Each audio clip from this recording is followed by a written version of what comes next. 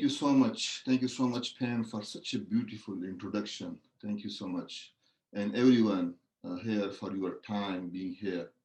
It's a domestic violence and gender justice, such an important issues, critical issues for our humanity, for our world. And we know that domestic violence is hurting our families, our communities, our societies, our world in the worst way. It is hurting us all together. It is taking away peace from us. It is such an important issue. And during our studies in Canada, in Pakistan, in Trinidad, we found that there are men who are in support of gender justice. There are men who are already part of prevention of domestic violence in all its forms. There are men who reflect on the masculinities, who reflect on existing practices, and who want to do something about it, who want to be strong allies in this journey for gender justice and prevention of domestic violence. So we as a group in this project together, we decided about conducting this research of going to those men, which I called often beautiful men of our humanity, of our world, and to find out their stories, their challenges, and their values. So to find out that how they were involved in these kind of initiatives. A key piece of this project is a very important piece that is very dear to our hearts is that we are looking into specific context within this global study. So we are focusing on those contexts. That's why we have these sessions, this community of practice, these online learning sessions from different contexts. Finally, the goal of this project is basically to generate knowledge, to learning about those men, to learning about their stories, generate knowledge regarding the personal and contextual factors, those cultural factors from each region that catalyzed men involvement in IPV prevention and gender equity. Understanding those men's journeys and stories and those personal and transformative factors of their involvement. Finally, we want to do all that for a purpose. We want to do that to examine those avenues, to develop those strategies, those engagement approaches that are most promising for prevention of gender-based violence, and to coming up with best policies, strategies, and practice tools for prevention of domestic violence by engaging men effectively in this journey. So we are looking forward to this journey. There are our theoretical frameworks are transformative learning approach, a critical learning approach in which critical theories in which we are asking men to reflect uh, on their world, on their masculinities, and find out are those meaningful ways that engage them in prevention of gender-based violence. Thank you, Dr. Jamal. And then we'll be passing it over to Dr. Lisa Lorenzetti, who will talk a bit more about this community of practice. Welcome, everyone. My name is Lisa Lorenzetti. I'm a second generation Italian settler living here in Mohenstas, Blackfoot Territory, and so pleased to be part of this amazing team, which today is going to highlight our friends and colleagues from the Caribbean who have years of teachings for all of us about the work of gender justice and involving men. And so I'm so excited. And I just wanted to say that we have a wonderful team from the Caribbean, Pakistan, Nepal, all together with us. And Janelle, I think, is going to name everyone to make sure we don't forget. But I just wanted to say our hope is that through working together, we can learn, share, grow. We can focus our practice on decolonizing the work that we do, which I think in Canada is extremely important to us. It has been important. It continues to be very important. And we're so excited to do that together, bringing in all the perspectives from our friends and colleagues across the various nations that we're working with. And so I just wanted to say that we are an open group. We look forward to people joining us, to being part of what we're doing. And we will continue with these online learning series so we can welcome the world into to the teaching and learning that we're doing collaboratively. Yeah, so as Dr. Lorenzetti said, I will just make mention of all of our partners. So from Pakistan and University of Peshawar, we have Dr. Mohammed Ibrar and Waqar Ahmad. And then from Hashara, our organization, we have Anis Khan. Our partners in the Caribbean who will be presenting today, Dr. Gabrielle Hosein. And we have, who is representing the University of the West Indies and the Institute for Gender and Development Studies in the St. Augustine campus. And then from Carryman, we have Dr. Peter Weller and Kevin Liverpool. And in Canada, Dr. Lisa Lorenzetti, Dr. Amir Jamal, who you've met today. We have Jeff Halverson, myself, Sarah Thomas, Dr. Christine Walsh, and Pam Beebe, who you were also introduced to this morning. And then from Alberta Men's Network, we have Abbas Mansi. From Alberta Network of Immigrant Women, we have Kamal Segal. And representing Nepal and MacEwan University, we have Dr. Rita Dungal. So I hope you all are ready for an exciting presentation. I will hand it over to Dr. Peter Weller, who will introduce the rest of the panelists. Good day, everyone. It might be morning, afternoon, evening, or night, but the whole day hopefully will be good. Greetings to all. We appreciate the welcome. We appreciate in particular the learnings from our colleague speaking to the indigenous dynamics that we should all affirm and acknowledge as we begin this work. And it's something we also need to learn about in terms of our work in the Caribbean. So I want to start off by saying that we really appreciate being included in this process. We feel that there's a lot we can learn. We also feel there are teachings we can share from our experience. Today, we're going to give a kind of snapshot of elements of the dynamic process of changing masculinities, transforming masculinities, and therefore transforming society. Beautiful images shared, I guess, by Janelle and the team of the flowers representing the regions that are part of this project. And I said, okay, great, to share those stories of presentation, maybe I'll start with some images of the flowers of the Caribbean. So that's the next slide. And I think it's important because while Dr. Hosein, Kevin Liverpool, and I are based in Trinidad, I'm actually from Jamaica, and we're actually representing the Caribbean. And the Caribbean itself has its own scope of more than 15 nations. Shown here are the flowers of St. Kitts and Nevis, Jamaica, St. Vincent and the Grenadines, Grenada, Antigua and Barbuda, Belize, Suriname, Guyana, Barbados, the Bahamas, Montserrat, St. Lucia, Haiti, Trinidad and Tobago, and Dominica. And I think as we acknowledge our heritage and diversity, it is important to acknowledge the diversity of the Caribbean. These nations have multiple ethnic mixes, religious beliefs, colonial histories, economic diversity, and of course, the equivalent and unexpected diversity of values, attitudes, and beliefs.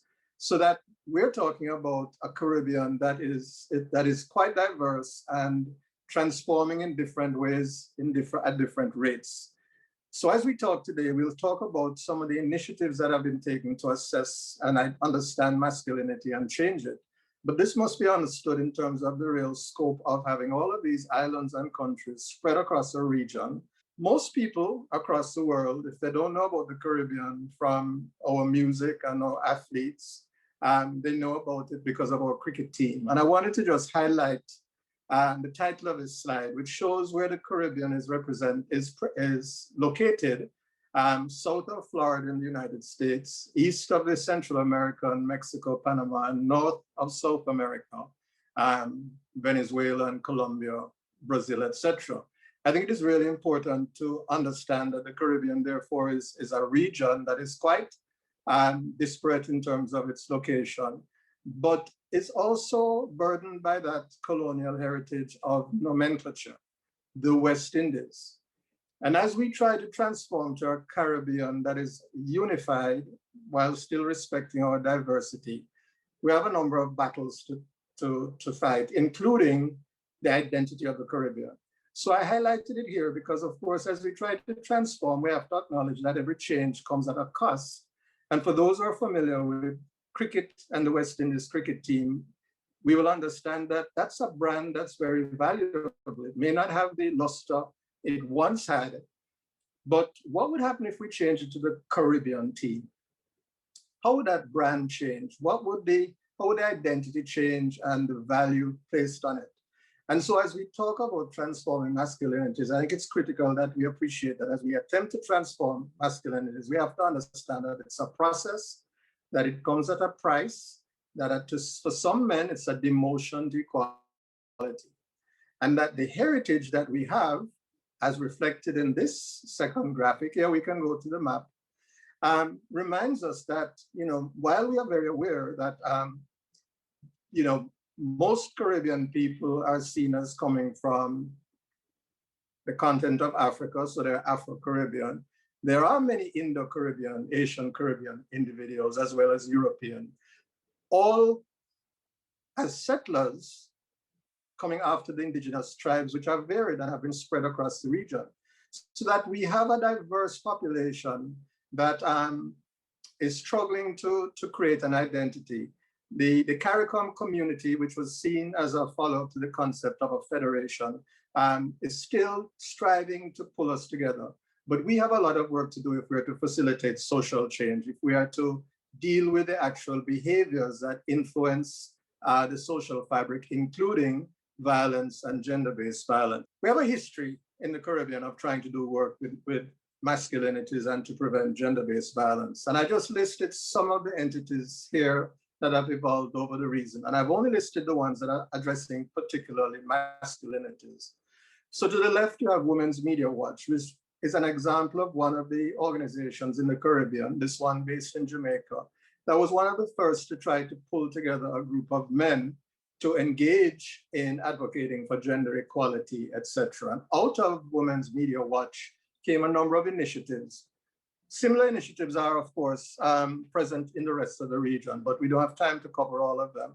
What I will mention is also the seminal work of Barry Chivans when he founded Fathers Inc., which was intended to promote the skills of fathering, improve the image of fathers, but with a focus on better fathering.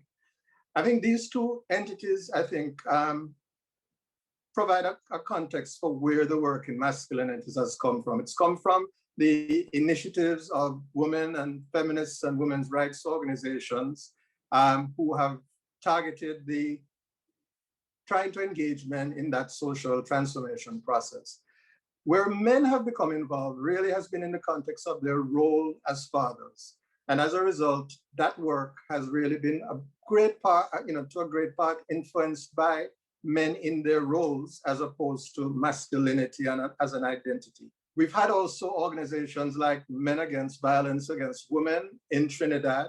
And more recently, we've had those that have become involved at the level of specifically looking at violence from a faith-based perspective. So you have Men of God Against Violence and Abuse in Jamaica. And then we have what became perhaps the rallying call for many men in the region, which is the International Men's Day movement, which in itself is focused more on men's rights and men's issues. That group is fairly diverse, but is not coming at the issue of masculinities from a gender equality perspective. It does have individuals within that group who do, but that is not the pervasive view. A more recent entity in the fathers vein was Single Fathers Association of Trinidad and Tobago, which has been advocating for the rights of fathers, particularly in the context of the court system, custody and care. Again, not approaching this from a gender equality, but far more from a men's rights perspective. And they have recently rebranded as the Fathers Association of Trinidad and Tobago. As you can see, there's always been a great mix in terms of the work, the agendas, the motivations, the principles that have been involved. And in fact, Caribbean Male Action Network, which you're going to hear more about from Kevin in a short while, was formed when we first acknowledged that there needed to be some kind of integration of this work, coming out of work with HIV, substance abuse prevention, etc. Kevin will give more detail about that. But I must add here, and not mentioned on the chat, was another regional initiative informed by the work of a number of us. That was the Partnership for Peace, supported by UN Women. And the Partnership for Peace was a Batara intervention. And it was seminal in that it was the first program that attempted to specifically change men's behavior around violence. A court-referred 16-session psychoeducational program that is still in place in some of the countries and has been in place since 2005 in Grenada, which is one of the countries to the southeast of the region. So there's been a lot going on. There are a number of trailblazers, but the question is, how do we pull this all together to facilitate transformation? How do we engage with the institutions that are influential in the region? And you're going to hear from Professor Gabrielle Hosein about the work that's has been done by the Institute of Gender Studies at the University of the West Indies. She's actually based at the St. Augustine campus in Trinidad. Trinidad is to the south of that map under the single fathers. And our range in the region goes all the way to the north in the Bahamas and in the west to Belize on the continental Central American range. A lot of work has gone on, but some things remain. We're still concerned about the profile of men that is based on masculinity as defined by power. Men are seen as powerful. Men are still seen as primarily procreators, protectors, providers, problem solvers, and pro-risk. And this image here has led to a lot of conversation about when men become involved in care and share the care, how do they engage with it? What are the costs and benefits and risks associated when they bring their mindsets to this aspect of masculinity?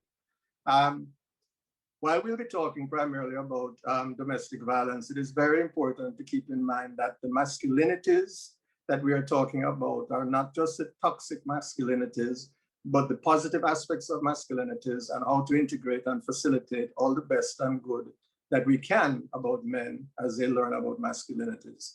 I will turn over to Dr. Gabrielle Hosein, our colleague, who will be speaking about the Institute for Gender and Development Studies and some of the work that they have done and partnered with. And we will get back to some of these other issues at the end of the presentation. Thank you. Peter, thank you. Colleagues from around the world and different time zones, thanks for being here. Pam, Bibi, thank you so much. We too are speaking from an indigenous geography that remains occupied, and the struggle of indigenous people for sovereignty and to decolonize the region is one that is alive and so relevant here for us all as well. I'd like to just spend about 10 minutes focusing on the history of the work of the Institute for Gender and Development Studies. First, we are a 28-year-old feminist institute located on 3 campuses of the University of the West Indies in Barbados, Jamaica, and Trinidad and Tobago. But we are one single institute located across these countries, and we are autonomous of any faculty because we are meant to be interdisciplinary. We have been engaging in masculinities work since 1996 with the formation of a Caribbean Masculinities Research Network, and some of the publications that have been put out include the Interrogating Caribbean Masculinities Reader by Professor Rhoda Reddock in 2004. However, all the founders of the Institute, from Elsa Leo Riney to Barbara Bailey to Rhoda Reddock, Patricia Mohammed, and Udine Barito, have focused on work on masculinities in relation to, for example, popular culture, education, questions of globalization, and of course, the masculinist backlash. We've also been teaching in the field of men and masculinities since about 2004. And as well, our in-house journal, the Caribbean Review of Gender Studies, includes many pieces on masculinities and as well a special issue on interrogating the fragility and persistence of dominant masculinities in the Caribbean. We're also going to show you some of the student theses that we have supervised. So, and the range of areas that they are working on, for example, around men's experiences of sexual abuse, around men's experiences of being part of GBV organizing and activism, including as well issues of men's experiences in marriage, men's experiences in terms of achievement and education in schools, and of course, a range of other areas such as corporate turnaround leadership, violence against women, and the major issue of fatherhood. I posted in the chat a link that traces some of the history of men's organizing in the region. And just to say that, as Peter pointed out, fatherhood has been a key issue for men's organizing, and often, but not only, from a men's rights perspective.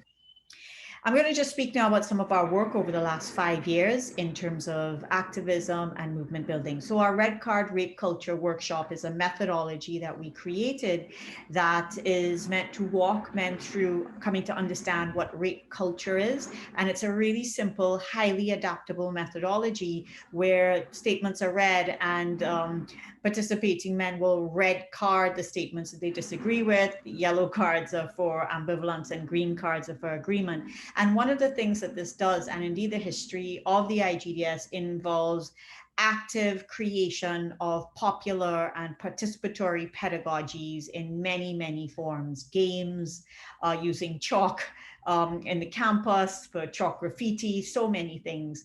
And what this methodology allows is that those participating men can see each other's views, can see where they agree or disagree, can share across difference and similarity. And so it's not only peer-led, it is also taking place in the context of a collective sense of solidarity building and strategy sharing and consciousness raising.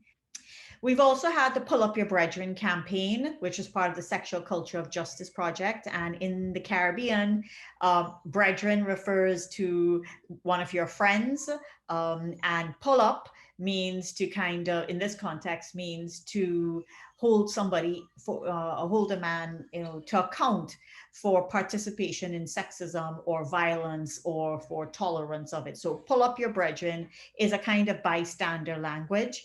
And this campaign involved the creation of videos and documentaries that could be used as part of facilitation workshops and PSAs on television and so on.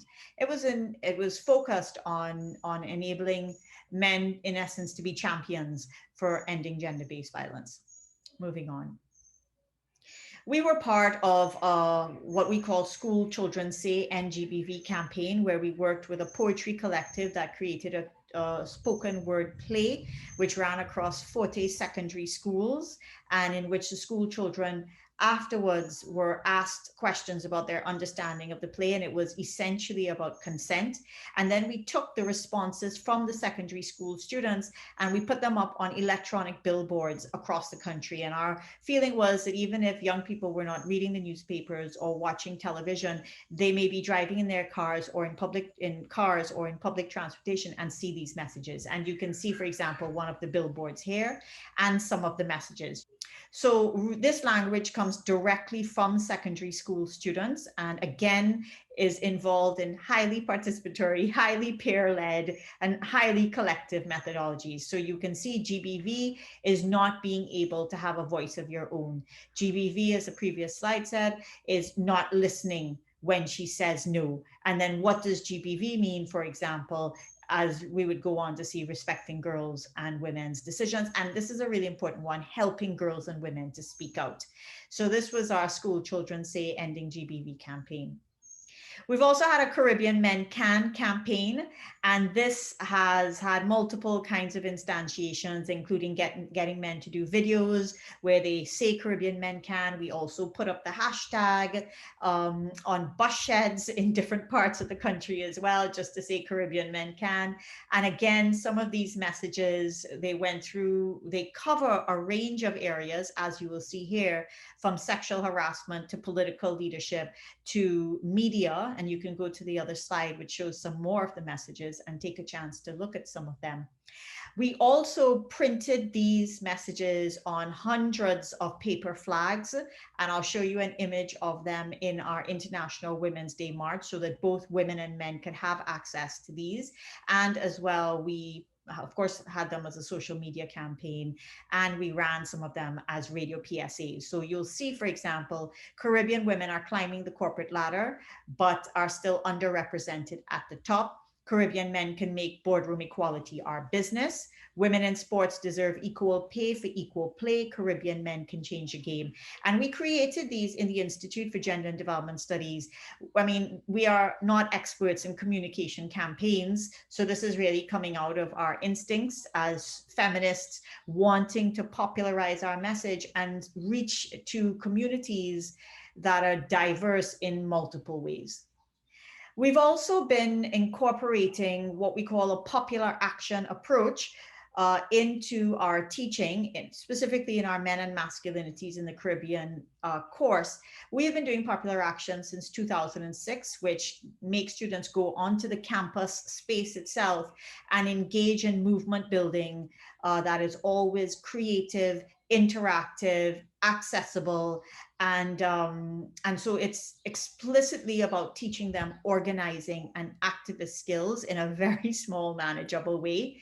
And we have incorporated this into the Men and Masculinities teaching so that this course prior to the pandemic involves students going onto the public space of the campus and engaging other students in questions of masculinities, where their responsibility would be, in essence, to help students understand the kind of analyses that we would have brought to them on a range of issues.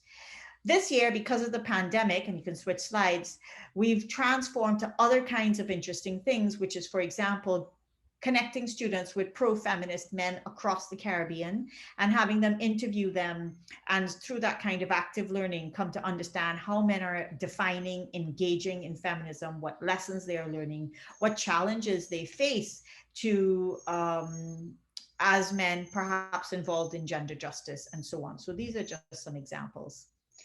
So this is our, you'll see the flags there. They're in the backpack of someone, but we printed hundreds of those and they would be waved throughout the march.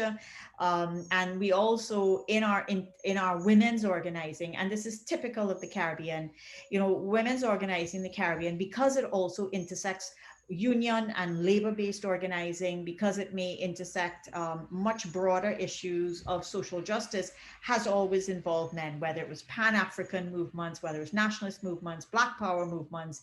And so there's a close collaborative relationship with the women's movement and allied men, and has been throughout history. And so there's often a presence of many young men in particular at our International Women's Day March. Finally, I'd like to highlight our undergraduate mentorship program, IGDS Ignite, where again, we are specifically training young people in activist skills that are creative, accessible, what a long time ago they would have called culture jamming kinds of approaches. And these are some of our undergraduate students and graduate students, and you can see, you know, their public participation coming out of our teaching and mentorship. And they, of course, have gone on to create their own organizations, small, which are usually on Instagram, and cyber feminist. And you can see at the bottom slide an example, again, of how the popular action, chalk graffiti, use of games, and so on exists as part of our support to generational movement building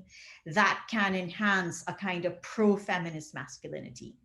The last work I want to emphasize is our training of male leaders in faith-based organizations, which is part of the Global Spotlight Initiative project, and which is currently happening, and which I hope can feed into CARIMAN's membership across the country and the region.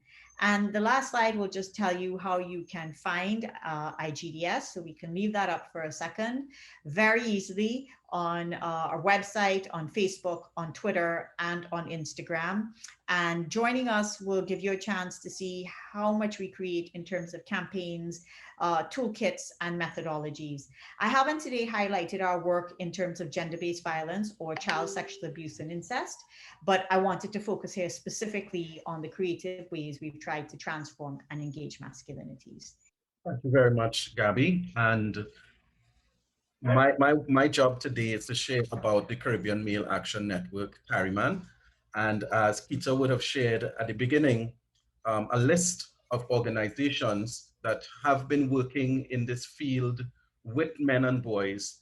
But CARIMAN has been the longest standing regional civil society network engaging men and boys to promote gender equality. When you really look at the reach of the organization and its commitment to gender equality, you can understand why we can make such a claim. Our vision is to achieve gender, social, and environmental justice for all. And our mission is to really challenge the existing social and cultural beliefs and norms around masculinity and advocate for equality and justice for all by engaging men and boys and strengthening networks and alliances with individuals and organizations that promote human rights, gender, and environmental justice. And we see that working with men and boys is not an end in itself, but a vehicle to achieve gender equality and justice. All right, a bit about CARIMAN's history. So it was in 2006 at the first regional men's conference called Man Up, which was held in Jamaica, that Dr. Peter Weller would have conceptualized the idea of bringing together organizations that work with men. And it was at the time called the Male Action Network Initiative. And the idea was to address the different needs of the male community across the Caribbean, which were very haphazard, operating within a silo, disparate organizations without any coordination or structure or organization. And it was envisioned that CARIMAN would bring together these organizations, working with men and boys so that experiences, lessons learned, best practices, and resources could be shared, all in an effort to advance work with men and boys. And some of the early organizations that worked with CARIMAN included UN Women, UNFPA, CARICOM, and others as listed there. In 2009, CARIMAN became the regional representative for the Men Engage Alliance. And this is a global alliance where dozens of country networks and different NGOs across the world are organized within regional networks, and all to advance this work of social justice and work around gender justice. In 2010, CARIMAN was legally incorporated in Trinidad and Tobago, and in 2012, it was legally registered in Dominica. Past chairs of CARIMAN include Dr. Peter Weller, who mentioned from the start that he is from Jamaica, but he really loves Trinidad and Tobago, so I had to include that in there as well. But also Tyrone Buckmeyer from Grenada. Those were the past chairs of CARIMAN, who really brought CARIMAN to where it is today. Some of the past projects include Champions for Change, which was a flagship project of CARIMAN, launched collaboratively with UN Women in 2010 in Barbados. And this worked on eliminating gender-based violence by engaging men as partners in advocacy and action. And that project was implemented in the Bahamas, Dominica, Guyana, and Antigua and Barbuda. Dr. Weller would have mentioned the Partnership for Peace program, which is a program for male perpetrators of intimate partner violence. And some of the Caribbean countries, I believe, are still implementing that as a court-mandated program. And Youth Man Talk, which is a training program for male mentors, which facilitates discussions around issues of concern to men and boys and their implications in context of gender equality and social justice. So CARIMAN today. And today we have representatives across 9 Caribbean countries listed there. Antigua, Barbuda, Bahamas, Dominica, Grenada, Guyana, Jamaica, very recently Montserrat. St. Vincent and the Grenadines, and Trinidad and Tobago. And we're always looking to expand our borders in this work with men and boys. Our current chair resides in Dominica, that's Mr. Philip Calai. And in 2019, following the Grenada Regional Forum, we established a regional secretariat based in Trinidad and Tobago. And that's where all the magic happens, to coordinate all the work across each of these countries at the local level, but also to bring it together at the regional level to create a regional political agenda influenced by that relationship with men engaged at that global level. So it's important that Carryman has positioned itself to connect the community grassroots engagement with what's happening at a global level in terms of gender equality and gender justice. Some of the things that are really at the core of Carryman's work is supporting the women's movement. And it's something that, we really hold as a priority, remaining accountable to the women's movement.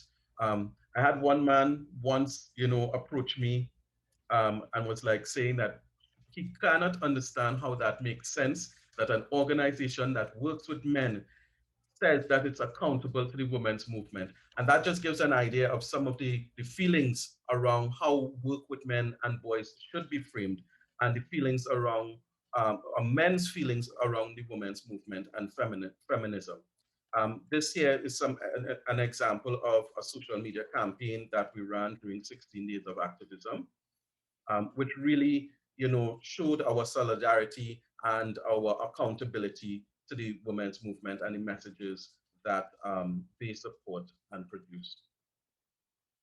Right, important as well is accountable advocacy. So in Trinidad and Tobago, for example, we are part of the Alliance for State Action to End Gender-Based Violence. It's a coalition of several feminist-informed organizations, and the goal is to constantly advocate for better legislation around gender-based violence. And in the past, we have, put forward many recommendations, some of which have influenced the government's position here in Trinidad.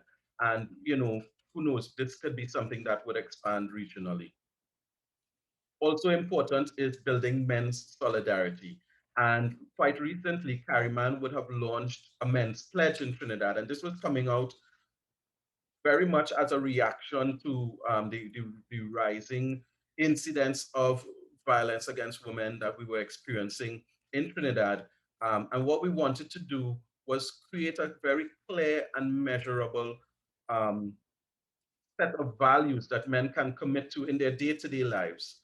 And this is the example of the pledge. It's 8 pledge points, and it really forms part of a regional strategy. So pretty soon, many of the other regional, other Caribbean countries identified before will be launching this men's pledge within their country in the coming months.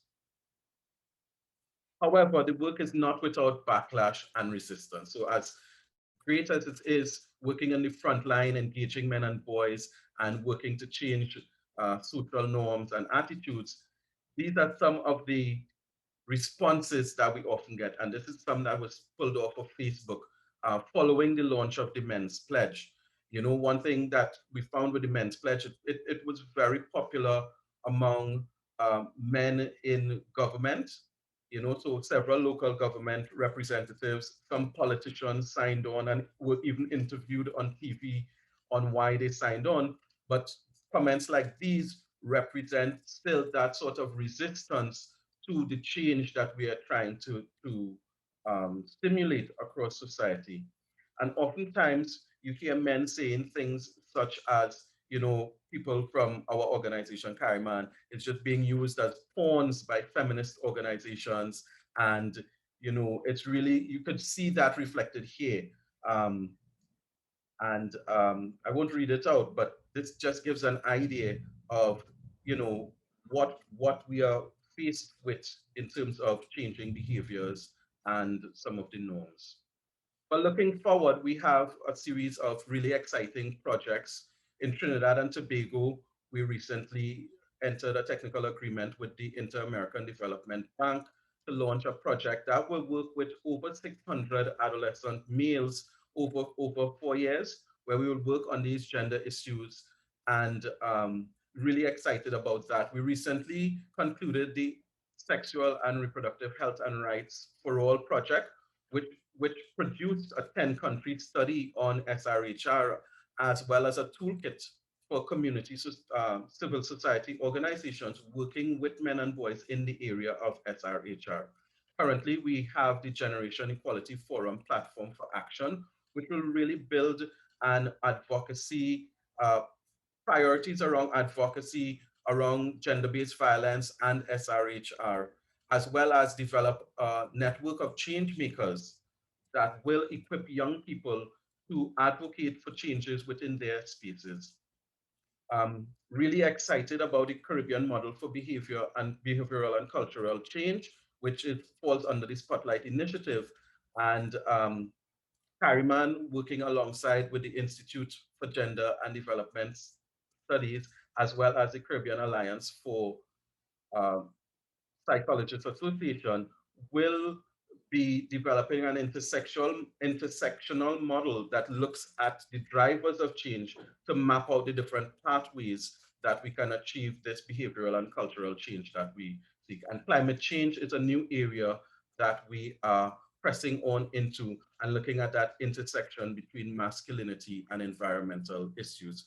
As I close off, before I pass it over to Dr. Weller to conclude our presentation, you know, as we work with men and boys, it's important. One of the things that we recognize is that we face a two-headed monster in this work with men and boys.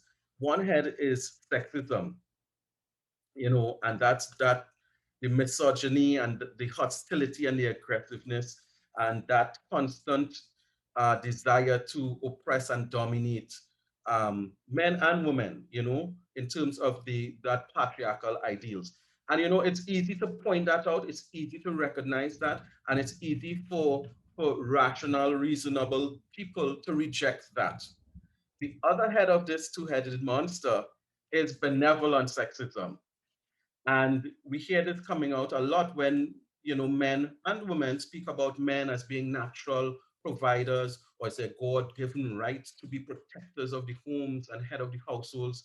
And, you know, it's really, really setting up this sort of kind patriarchs in society, you know, where men place women on pedestals and refer to them as their queens and empresses, while at the same time holding firmly to traditional views, such as a woman's place is in the home and so on, that really maintains those patriarchal values, you know. But we have seen that there's such an appetite for that benevolent sexism, both from men and women. So as we move forward, a lot of work needs to be done in really clarifying, you know, what transforming masculinities means within a Caribbean context, and, you know, continued work and collaboration with other organizations within this space. You can also find us across social media on Facebook, Instagram, and LinkedIn. Our website, www.carryman.org, where you can find the Men's Pledge and you can sign on as well. You can reach us at that email if you want to know more about the Men Engaged Alliance, menengaged.org. Thank you, Kevin. So we've been talking about transformation, and thanks, Gabby and Kevin, for the really comprehensive presentations. You know, we're talking about transformation, and we have to be reminded that this is about change. It's not good enough to think about social change. We have to think about it as individual change. How do we engage with the men and the women who are supporting patriarchy and who are engaging in behaviors that do not facilitate change? Our focus, of course, is men's transformation. And I think that it is critical that we appreciate that a psychological perspective is important at the level of intervention.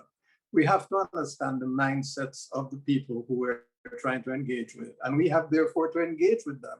And I think one of the challenges, in addition to those that Kevin and Gabby have mentioned, is how to be inclusive in the sense of engaging in conversations and transformative processes, and how to avoid being exclusive, as in using and theming, as in othering people to make them feel that they don't belong, and therefore facilitating the pushback and the resistance to what we're trying to do. I think it is one of the challenges we face, because as we create these spaces, there is a dynamic that has to be engaged in. As we engage with feminist theory, pro-feminist activity, and as we support it, we must find a way to do it in such a way that those men who are not yet at that point in the learning curve, and I'm going to present it that way, they're not yet there, do not feel that they're on a totally different curve and it's a us-them dynamic.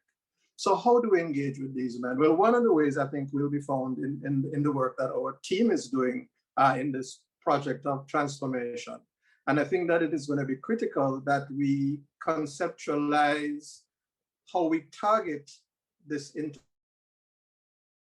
So what we looked at here is that along with the representation of racial, ethnic, regional, and religious diversity, we also have to look at the profiles of the mindsets of the men. How have they changed? How are they changing? And what range of men should we be including? So we have here a list of some of the profiles that we will be trying to address, to include as we develop our intervention to engage and hear the stories of the men who have been transformed. And this first slide just simply lists a couple of them. Of course, we want to look at the perpetrator who has changed and stopped his abusive behavior. And we want to look at someone who has done it because they've been a part of a formal movement, program, and those who have done it on their own with no formal intervention or being part of a project. How has that mindset shifted? What have been the factors? What have been the barriers? What have been the lessons learned? And so as we go down, we'd want to do the same with somebody who has changed his faith-based beliefs about gender and how that affected his faith and community. It could be a religious leader. But if your Christian belief, for example, says that a man should be the head of the household, and your gender awareness has taught you that this is a narrow definition of roles, how did you engage with that process as you continue to mediate and relate to the individuals in your faith, but also your own identity in terms of your faith? We would also want to understand about the men who are engaging in public. As both Gabby and Kevin mentioned, a lot of the work we've done is to try to get a public face of men who support gender equality and who fight against gender-based violence. But at what cost has this changed? What has been the cost and come that face to be a public profile? I myself, as a psychologist, I've been described as the emasculating psychologist, because some people see my work for gender equality as emasculating men. There's a lot of pushback, and the pushback is felt at the individual level. And if we try to move the men from being bystanders to being engaged, then we have to understand the price that this is put on for the young men. What about a man who's become more accepting of the rights of all diverse masculinities, sexual orientation, etc.? What has that been like? How did he make that change? How has sharing this new perspective been received in his relationships? Members of the LGBTQI community and their issues around masculinities. Finally, on this page, a man who's evolving from advocating from a men's rights perspective to a gender equality perspective. We have to think of this continuum as a change process, and that there are many men, many diverse views, and if we can understand their mindsets, we're going to be more likely to intervene more effectively. So some of the men who have worked with us and some of the men we're aware of are coming from a very men's rights perspective, some even from a misogynistic patriarchal perspective, and have begun to change their views. What has that been like? What helped them to change? What got in the way? What support do they need to continue to change? It's really critical that we understand that this men's transformational process is about the psychology. It's not just the sociology, it's not the politics and economics, but when you meet a man where he is, you have to engage with him where his mind is. And I think that this project that we're all involved in, and we give thanks that we've been included, is really going to facilitate more effective change processes and therefore prevention of a number of social justice issues, obviously including gender-based violence and family violence. Thank you for your attention. I know we've gone on a little longer than expected, but please be mindful that we chose to look at how we have approached problems as opposed to going in depth at describing gender-based violence. Today has been about how can we work, what lessons we've learned, and what we'd like to share with you from our learnings. Thanks for your attention.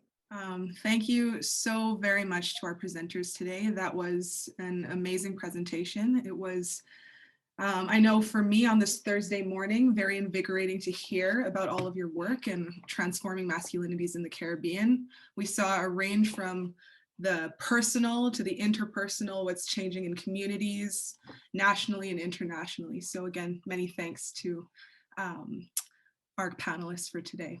I might ask a first question if that's okay. I just really appreciated the presentation. Thank you so much. I learned a lot and I was thinking, wow, we really have to step up our game here in Canada, in Alberta.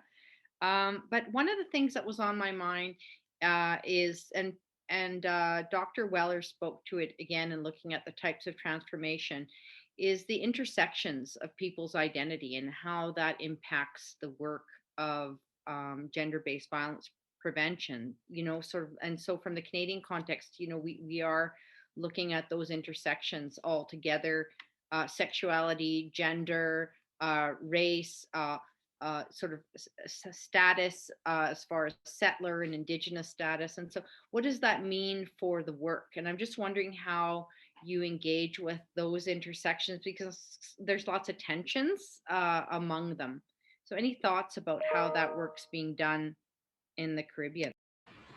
Peter, I think it might be valuable, Peter and Kevin, for you all to speak to how Carryman may have historically managed some of that. But just to say, Liza, one of the interesting things about for example, the religious differences that exist across the region. And Trinidad and Tobago is itself quite diverse. There are Hindus, Christians, Muslims, multiple types of each, actually. For us, I think one of the interesting things has been that while there may be differences in terms of men's identities and how those identities take cultural form, that is through religious practices or beliefs in God, ways of practicing spirituality, notions of tradition and history and lineage and so on. But for us, one of the challenges has been that this has often created a more strengthened patriarchal response. And so we've also been able to see the coalescing of multiple patriarchies in those moments when 30 years ago, when there was the attempt to criminalize rape in marriage, or in relation to the LGBT struggle for non-discrimination, or in terms of getting health and family life education in schools. So it's a really interesting dynamic because on the one hand, they occupy a lot of overlapping territory, ideological and political investments in a particular notion of family and manhood and order and correct spiritual practice. And yet at the same time, those intersections always provide spaces. When we come down to some of the key issues that continue to define the feminist struggle and have always defined the feminist struggle, in particular women's control over their bodies and reproduction and the questions of abortion, absolutely central to women's sovereignty. And of course, their sexual rights, the right to make choices about who they who they have relationship with, who they love, and so on. We find that some of those core feminist issues still encounter interreligious. Today we don't have a national gender policy, for example, because of a shared space amongst Catholics, Muslims, Hindus, and others. And so it's a very complex space of negotiation in that regard. Kevin mentioned the model for cultural and behavioral change that we are involved with in association with Spotlight Project, the Caribbean Alliance of National Psychology Associations.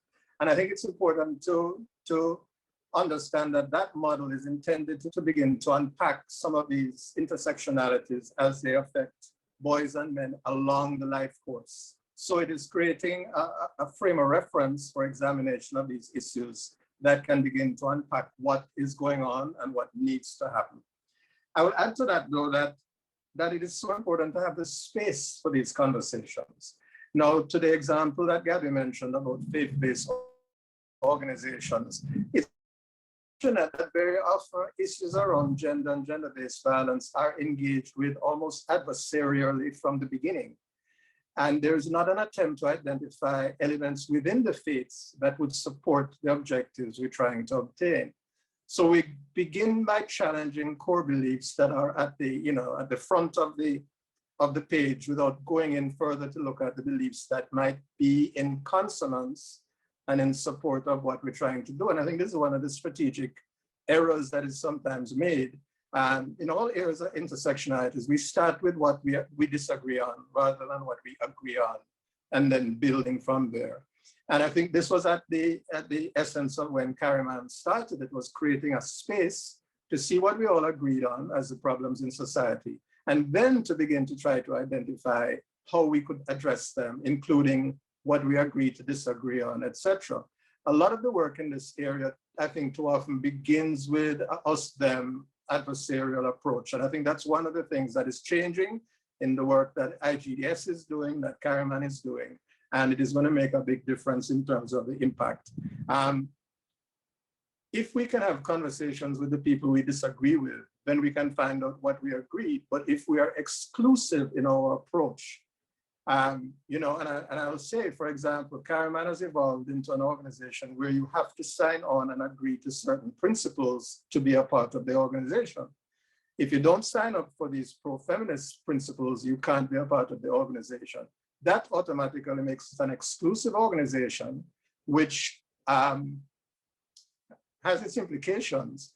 But unfortunately, what it also does is have people sign on as if they really do agree with the principles, when in fact some of them they don't, because it is totally counter to their religious beliefs, but they want to be a part of the process. They believe in some of the work that's being done.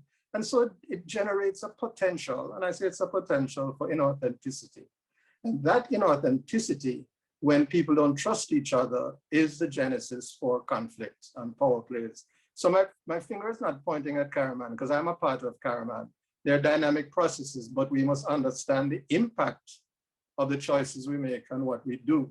And when you are living in small spaces, and this is my final point, when you're living in small spaces that have a mix of homogeneity in some spaces and heterogeneity or diversity in others, it builds a significant dynamic around trust, because people have to hold their identity close in order to show that they're different from the other person.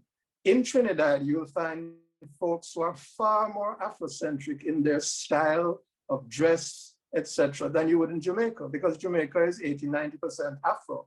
In Trinidad, it's a 47%. And psychologically, I think it is very important that the folks hold on to things that they identify with. However, if some of the things they're identifying with are not in the best interest of the society, then we have to engage with them. But it requires that space that's trusting, that space that allows the communication, and of course, that allows that transformation. So again, it's why this project is so important. It's why the work that IGDS and Kariman and other agencies are doing is so important. But most importantly, it's how we learn to collaborate and coordinate so we can strategically achieve what we want to achieve in our objectives. I would like to add, Russ Funk developed a really helpful tool. It's a continuum on engaging men, and while it doesn't provide a tool to profile men, it helps us understand the different range of attitudes men have when it comes to this work of promoting gender equality. And it's a tool that we use in our work at Kariman, so we understand that there are some men who are resistant, some men who are openly hostile, and some men who are uninterested, in this work. So I think understanding that as well helps us, utilize our resources in a very efficient way, so that we don't spend time going after men who may not be interested in this work of transformation in the first place, or may be hostile to it and position themselves as opponents to it, and openly so. And I think it's important for us to, lay that foundation from early on, that our approach to the work is feminist informed, it's human rights based, it's intersectional, it's accountable to the women's movement, and take it from there. There is, a phrase that is often used, that, we must meet men where they are, but we have limited resources. And I think it's important that we manage our limited resources in a way that would maximize outcome and impact. Thank you so much. We have a question that was positioned in the chat. So Willem asks, what is it that those of us in areas such as Canada can do to support this work? And what can we be mindful of when working with Caribbean men who are living in Canada? Well, I think based on some of the issues, it's about appreciating the diversity of Caribbean men and not making assumptions about their values or attitudes or beliefs, because it means getting to know them and engaging with them. I think that is one important aspect of it. It also, and I would say this as somebody who lived in North America for many years, I think that it is also important to understand that as Caribbean men, and now we have to be really careful about not all men are and Caribbean men do and Caribbean men don't. They are diverse. But one of the dynamics of living in the northern metropole for some Caribbean men is the need to hold on to your identity, because it is such an important part of your consciousness and your survival skills, etc. And unfortunately, as we have identified, some of those dimensions are not exactly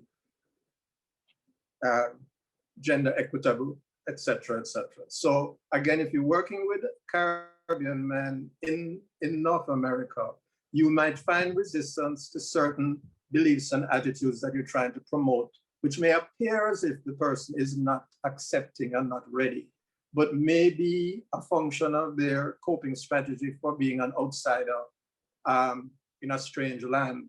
And I think this is where I would respond to what Kevin said earlier.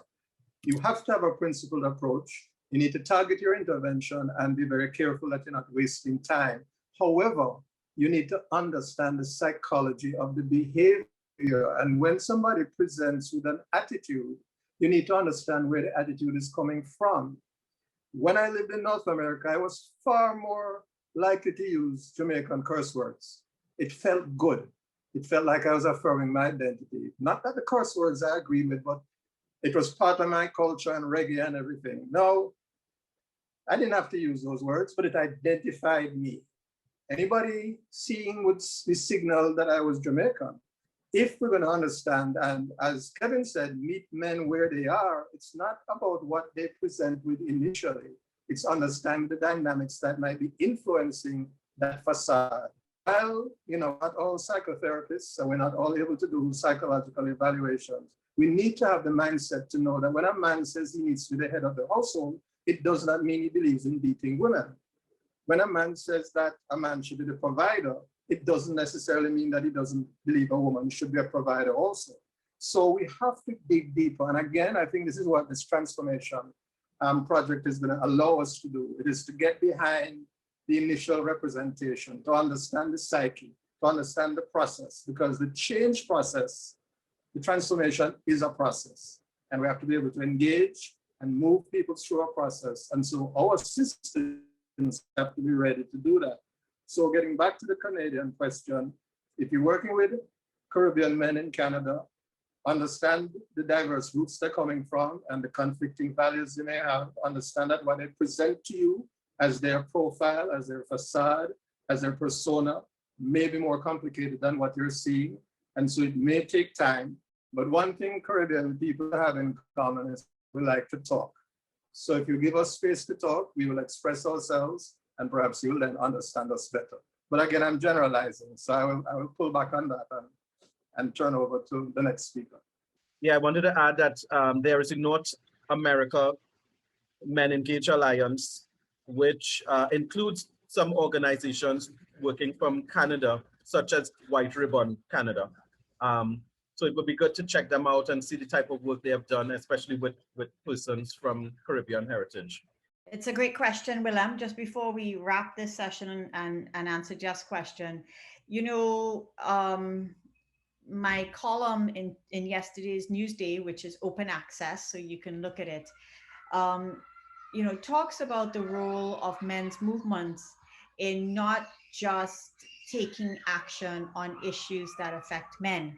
So, for example, fathers' movements, as one example, have a role, for example, in supporting domestic workers' movements for rights, for working conditions that are decent, and so on.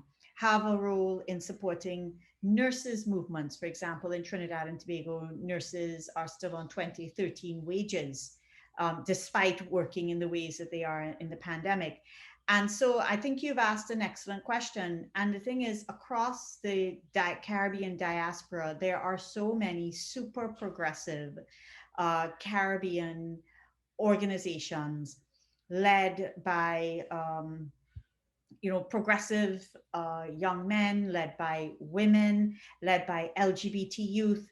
And for me, a Caribbean that isn't just what we sort of stereotype being from home means, but a Caribbean that is inclusive wherever that Caribbean is exported to, is the kinds of important solidarity work that can be done by men, because men have such an important role in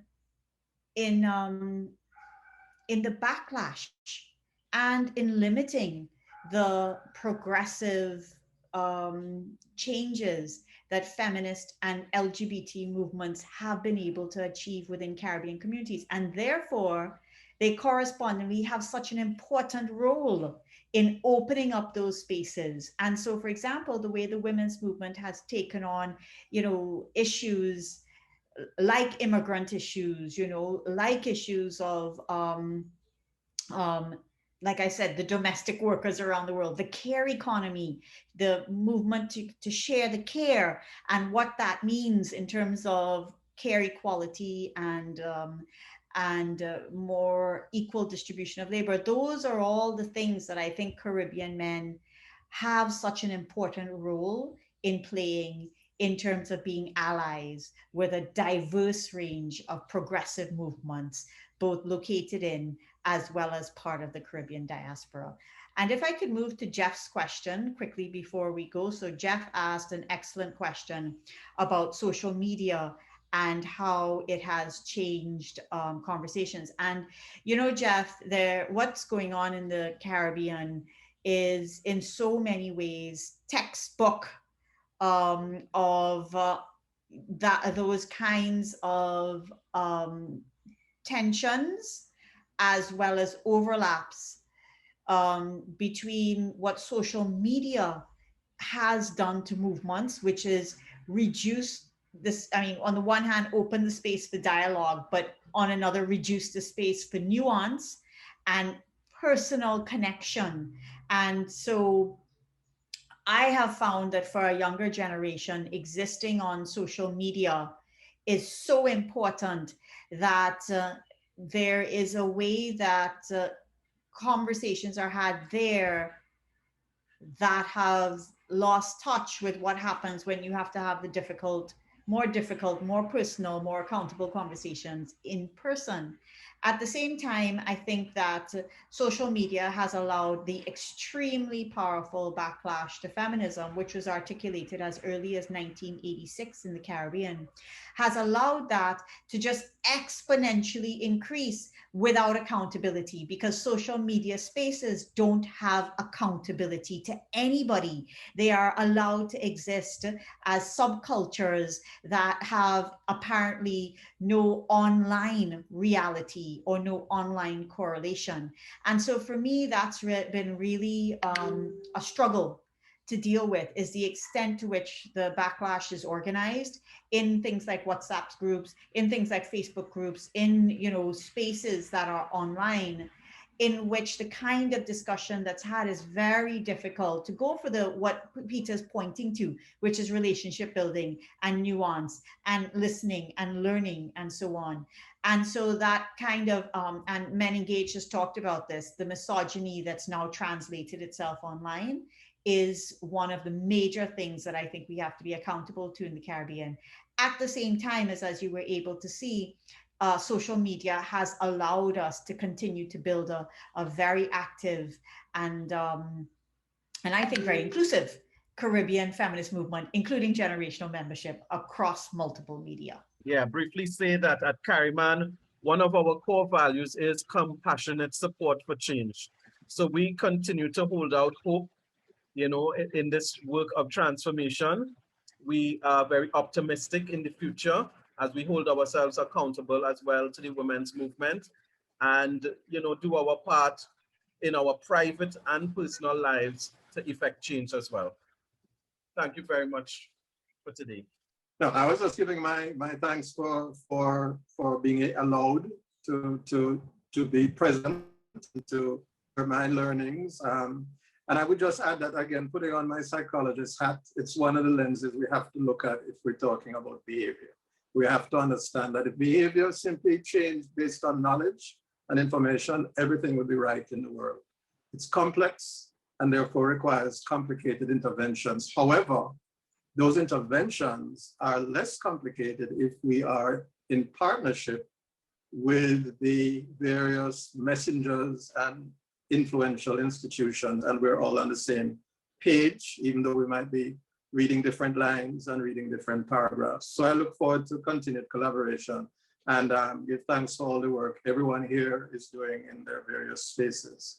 Thank you, everyone. I just wanted to appreciate Dr. Gabrielle Hosein, Kevin Liverpool, and Dr. Peter Weller for an insightful and motivating presentation. Thank you so much. Just amazing to hear from you all.